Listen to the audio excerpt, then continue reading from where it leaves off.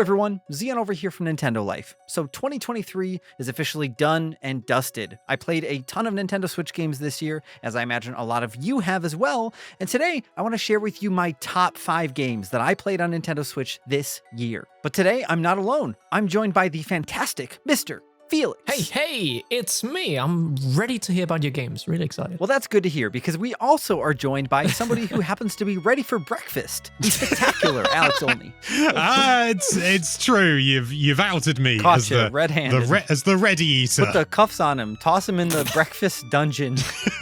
So if you didn't already catch this, yesterday we talked about Felix's top 5 Switch games of 2023, and tomorrow we're going to be talking about Alex's, and we'll have links in the description down below to both of those videos. Now, it's also worth noting that none of our lists are in any particular order either. And to make it so that way we wouldn't all talk about the same exact games, because there are definitely some things on my list that would have been on Felix's, and same with on Alex's, and vice versa, our staff writer Jim over at NintendoLife.com vetted our lists for us and made sure that we didn't double up on anything, so that way you wouldn't hear us talking about the same games over and over again. So just know that we all conceded a little bit on these lists, but honestly, guys, I think I conceded the least in the end. I mean, we'll all get to talk about the games when you bring them up, or when we all bring them up. So I'm fine with it. Well, to start off with a game that I'm pretty sure neither of you guys played this year is Fire Emblem Engage. Or am I wrong? I don't think you guys really engaged with that game much, right? It's too easy. You know, some jokes like that just write themselves. Oh, that's nice you put it on the list. And that's wild that this year. It feels like so long ago. Dude, I know. I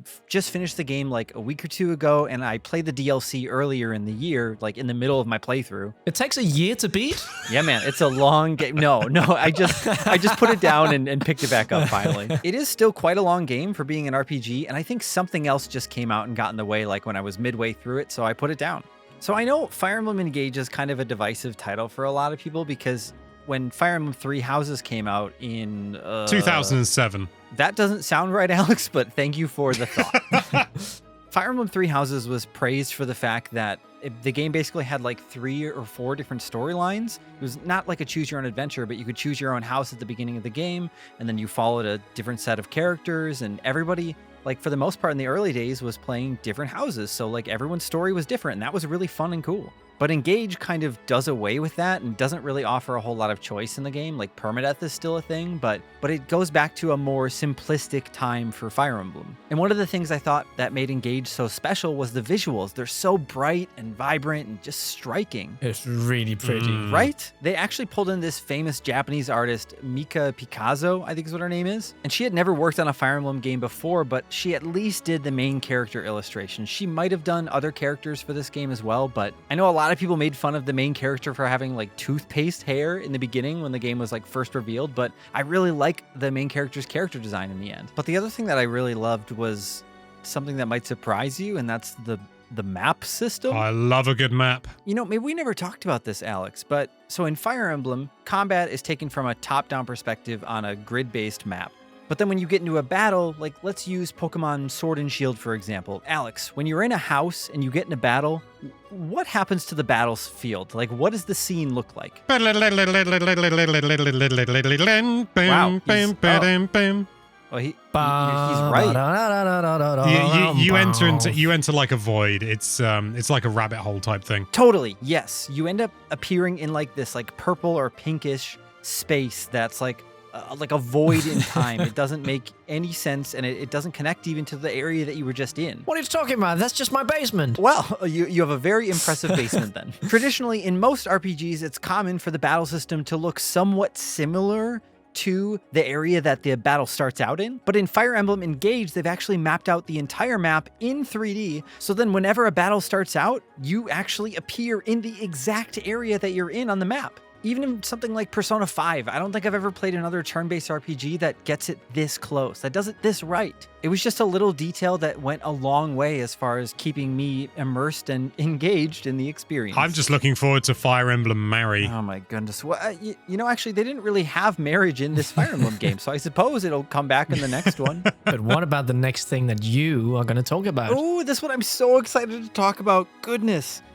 Strangely though, I think for some reason my Google Doc, I think autocorrected to a weird title for this game instead. Say it exactly as it's written. I don't think I can do that because we might get removed from the internet if I do, but the normal title is Bomb Rush Cyberpunk. Oh, I see.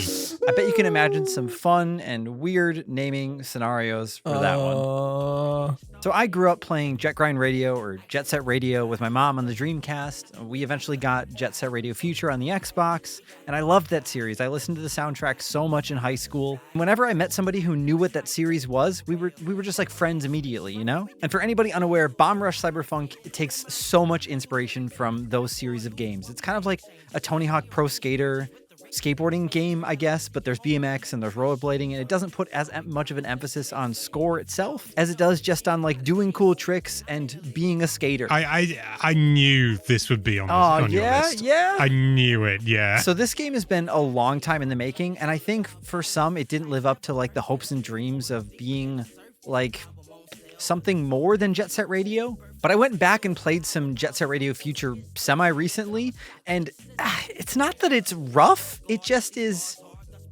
it's just very dated. And I think Bomb Rush does a great job of taking a lot of those original ideas, taking that style, that charm, that sass, and refining it for a modern age. There's very thankfully no fall damage in Bomb Rush, which is something that I got annoyed with pretty quick in Jet Set. It's more realistic, isn't it? You know, Yeah. I've fallen over at a roller disco and I definitely didn't bruise both buttocks. I literally talked about with my wife about this the other day, but it was just, yeah, I haven't roller skated. Oh, I think neither of us have roller skated since we were kids. And it's actually really, really fun. So to do that in a video game just sounds like a blast. I've been kind of, I don't want to say jealous, but I've been kind of fawning over this game. I've not actually gone out and got it yet, but I have sort of been looking at it and going, that just looks like fun. Dude, it really is. I can't wait for you to play it. Oh, and there's actually, if you go into the settings on the Switch version of the game, I imagine other versions have this too, but there's a 60 FPS mode, and it looks really nice on Switch. Like, it still drops frames here and there, but not nearly as often as I would have imagined for it to not be like the default setting either. So I'll just say that anybody who grew up with Jet Set or kind of knows what they're getting into with this sort of game, I think they're going to have a good time. But if you're hoping for it to be the next great indie, I don't know. It's not that. It's just a really fun, weird, and stylish adventure kind of platformer, I guess. So my next one, this one's a tricky one because I feel like Felix must have sacrificed this one from his list so that way I could have it. So thank you, Felix. If so. I think I know what it is. Just this little tiny game that came out that we both really liked a lot called Sea of Stars. Yes! I should have known. Oh, this game is so good. Now, don't worry, I'm not going to be talking about any spoilers if you haven't played or finished the game already yet either. Sea of Stars is like a classic RPG through and through. It's inspired by the likes of Super Mario RPG with its kind of like hit-based combat. Its storytelling is very evocative of Chrono Trigger. Its characters feel inspired by Golden Sun a bit. You know, this isn't a perfect RPG either. There are places where the story may fall a little, but 90% of the time I was on the edge of my seat waiting to see what was going to happen next, bopping my head around to the soundtrack. And Felix, you were just telling me the other day it's on Spotify now and things like that. So of course Yes, the music is finally on streaming platforms, and my god, have I waited a long time because it is one of the best soundtracks of the year. Beautiful, like 16-bit era music, but it's like modern. You know, if you've played The Messenger, it's like kind of that, but it's now been like modernized and sounds much cleaner, more. Yeah. Also, there's so much music, and you have, you know, the day and night cycles. Oh yeah. So you have these tracks at day, and then they also have night variants, which is really, really cool. I didn't realize this until long into the game. Yeah, the developers' sabotage really went like above and beyond with all the little details in the game. One thing I found myself playing a ton of was that the mini game that they have, Wheels, I think it's called. Wheels is amazing. Yeah, I got really frustrated with it early on, but eventually like I got to grips with how to actually play it and had a ton of fun in the end. Yeah, it is a bit hard to get a grip up, but when it clicks, it's kind of like Gwent in The Witcher, which is just like you have this entire game inside another game, and it has its own rules, and you get to play against NPCs, and it's really, really a fun time. Yeah. But Sion, the highlight of this the visuals. Oh my God. Yeah, man, for real. The main characters are solstice warriors, and so they have the power to control like the sun and the moon. Yeah. So throughout the game, you'll see like little puzzles in the overworld that require you to change the time of day. And I kind of wish we saw more of these throughout the game. I feel like there were more of them in the beginning or like in the second half, but there wasn't really as many in the third. But it's so cool that you have complete control of the lighting essentially in the game. So it allows for some really beautiful atmosphere. And The Messenger, which was their last game, got a really cool DLC pack. So I'm hoping that means Sea of Stars is going to get a really fun one eventually as well. So this next game on the list, is this, we at the fourth one now already? Goodness. This one's kind of a weird one. Now, I know Alex has played this one, but I don't think Felix has. Tetrasphere. Ooh, dang. Tetrasphere I don't think is on Switch, but that would be sweet if it was. My next game is WarioWare Move It. Oh, yeah. I didn't expect to see another WarioWare game come to the Switch so soon after Get It Together. Is that what it was called? Yeah, which was released suspiciously recently, all things considered. Like, has there been this short a gap between WarioWare games in the past? If there has, then... right? Ignoring that, it's still weird how quick it is, but yeah, this is more of the WarioWare that I think I was kind of hoping for. I really liked Get It Together, but it didn't have a lot of staying power for me. Same. I appreciate that Get It Together was the first game to like bring co-op into the WarioWare mix, to my knowledge, and it also was the first game that really like let you actually play as the characters that exist in this world. But for the fact that Move It is a spiritual successor to Smooth Moves from the Wii, that means everything to me. I played that game so much with friends, and the multiplayer modes, you couldn't even actually play at the same time, but in Move It, you actually can play together simultaneously. So it really takes what Smooth Moves on the Wii did so well and just it makes it better here on Switch. And that is where it really shines. It's a good I really game. want to play the multiplayer more, but I just have not had any time. I don't know, my birthday's coming up soon, so maybe I'll do that. Hey, maybe we should try to make it a thing that next time we all get together for a staff day or some other video if somebody pulls us all together, it'd be so cool to just hang out and play some WarioWare Move It. WarioWare, play it together. So this last game on my list, I did not realize that I was actually going to get away with this one. I didn't realize I was going to be able to have this. So, of course, we're all going to have to talk about this one. This is, I know this would have been on your list. The Legend of Zelda, Tears of the Kingdom. There it is. I mean, it's no secret that, well, let's just be completely honest. Felix didn't include it because he knew one of us would have it. I included it, and Xeon included it. So, oh no! Yeah, this is on all of our lists essentially. Let's not beat around the bush. None of us are sitting here going, "Oh no, Tears of the Kingdom actually was a 7 out of 10 game." Well, and that's what makes this year so interesting as well. Is that like right now, I think I know what my game of the year is, but it's still really hard to say. And so I'm not going to come out and say that Tears of the Kingdom is definitely all of your favorite games because that's unfair, and I don't know that. And there's also the fact that Tears of the Kingdom is so much different than Breath of the Wild, and at least in many ways. And we're never going to find out which one is better because people are going to fight for that for years to come. But the surprises that Tears of the Kingdom has lurking around every corner, it's weird. I still feel that spoilery caution of not being able to talk about it in public. Oh yeah, no. Let's not include any spoilers just in case, because it's I guess you're right. I forget that lots of people are going to be getting this game for the holidays, and maybe they're going to just be listening to this video now. But just like with Sea of Stars, they did such a great job of not revealing a lot of the really cool moments in the game. Yeah. It's almost like they didn't market it. Yeah, they just relied on bozos like us to do the marketing for them. Bozos. Man, the hype was unreal about this game, and also just a few days after, for a month, this channel was just Zelda Tears of the Kingdom live. It was absolutely insane.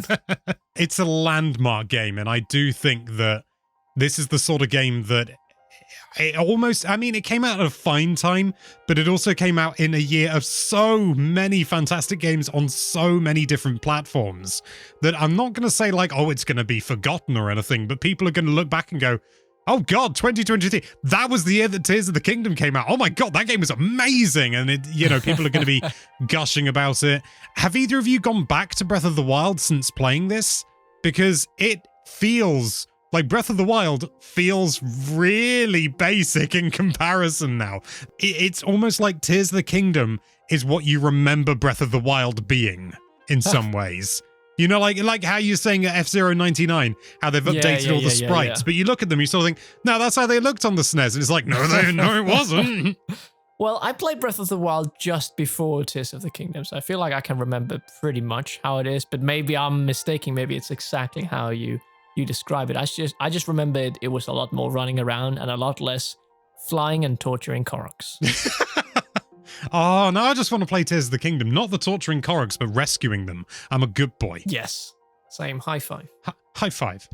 It's kind of cool how, now that we've played Tears of the Kingdom, I'm not going to come out here and say that it's the Majora's Mask Ocarina of Time, that Tears of the Kingdom is to Breath of the Wild, because it's not that necessarily. But I do like that the game doesn't entirely explain everything still. And it makes you question, like, is all of this real? Is Link having a nice dream? So I'm curious to see, like, what the discussion looks like for this game in the years to come, and like what kind of theories people craft and how they look back at this game. Yeah. And it's so wild as well that, like, I think I've put around 150 hours into the game this year, and there's just so much, absolutely so many, like, side quests and extra, like, things to collect, and there's just so much to do that I think Breath of the Wild, I used to fear that game would be over. Tears of the Kingdom feels like it's never going to be over. Oh, I'm nowhere near completion. I've done the main storyline, and I think the most sort of like the thing that sort of compounds and sort of sums up the whole experience for me more than anything is the fact that I think I put in over 200 hours into the game before I was ready to do the final boss. Oh, Not no because way. I was like, I don't feel I'm powerful enough. It's just like, I don't want this to end. I mean, you can play the game after you beat the final boss. Yeah, I know, but it's... I get you. I haven't gone back. I do kind of want to now after talking about it. But yeah, it's one of those things that, like, once you finish a game, you're okay to move on to other things. You're okay to see other people. I'm excited for in a couple of years' time when it's like, oh, I don't actually, when you replay a game, it's like, how much it's like, oh, I actually don't remember this because there's just so many moments. And it was like that replaying Breath of the Wild a couple of years later, and I actually enjoyed that playthrough more. So I'm really excited to go back and see, because man, we played this game so much. It's like, I got it on launch day. I played from midnight until like 7 a.m. I just could not put the game down. And it was I was on holiday when it first came out. And it felt like for 2 weeks straight, it was just wake up, play Tears of the Kingdom, make videos. It was just constantly playing this game. And I think that's also why I got a bit burned down on it. And that's why maybe my relationship with it isn't as high as you guys. It's a brilliant game and it would be on my list. But give it 2 years, start it again from fresh, and you're going to be like, oh my God. Yeah, definitely. That's what I hope. I mean, there's just that simple fact that you put very well, Felix, is that you wanted to wake up and you play that game. You wanted to stay up in the middle of the night and play for as long as you could, because the game is just that. It's so exciting in those particular moments. I think Tears of the Kingdom launched at a great time as well. It kind of reminds me a bit of Animal Crossing New Horizons. Maybe I'm getting a little into the weeds with this, but I remember, Alex, you telling me a long time ago that, like, when New Horizons came out, you and your partner would sit in bed and play in the mornings. Like, that's how you would start your day. Like, that's right. My girlfriend and I, when Tears of the Kingdom came out, we would go out to restaurants and play Tears of the Kingdom together. Yeah, we did that as well. It was... Yeah. And I mean, the demand for that game was just insane. And I remember it leaked a week before, and it was so like, don't go on the internet. I don't want any spoilers. I think this was like my most anticipated game ever. And I will say it lived up to my expectations. Me for. And so did this video and this list. Good list. Jeez. Well, good list. Round of applause. Thanks, guys. Honestly, I couldn't have done it without your sacrifice. But hey, tomorrow we will be tackling Alex's top 5 favorite Switch games from the year 2023. And if you haven't already, you can go back and see Felix's. Whoa. And in 10 years, I'm looking forward to looking back at this list and saying, Xion, how did you not put on the list? But hey, sometimes you just can't play all the games in a year, and that's okay. Now, of course, if you enjoyed this video and you want to see more videos like this, then why don't you go ahead and bring that subscribe button into the year 2024. And while you're doing that, why don't you bring your 3DS along with you and see if you find a Street Pass too. Thank you all so much for watching, and thank you to Felix and Alex for joining me for this chat. Same time tomorrow. I'm Zion from Nintendo Life. Stay safe out there, and we will see you all next time. Doshin the Giant. Alex will take any opportunity to talk about that game. I mean, we could get 64 DD games on Nintendo Switch Online eventually, right? Oh my god. Oh. Oh my god. Zeon, what have you done? You've sparked a thought in my head.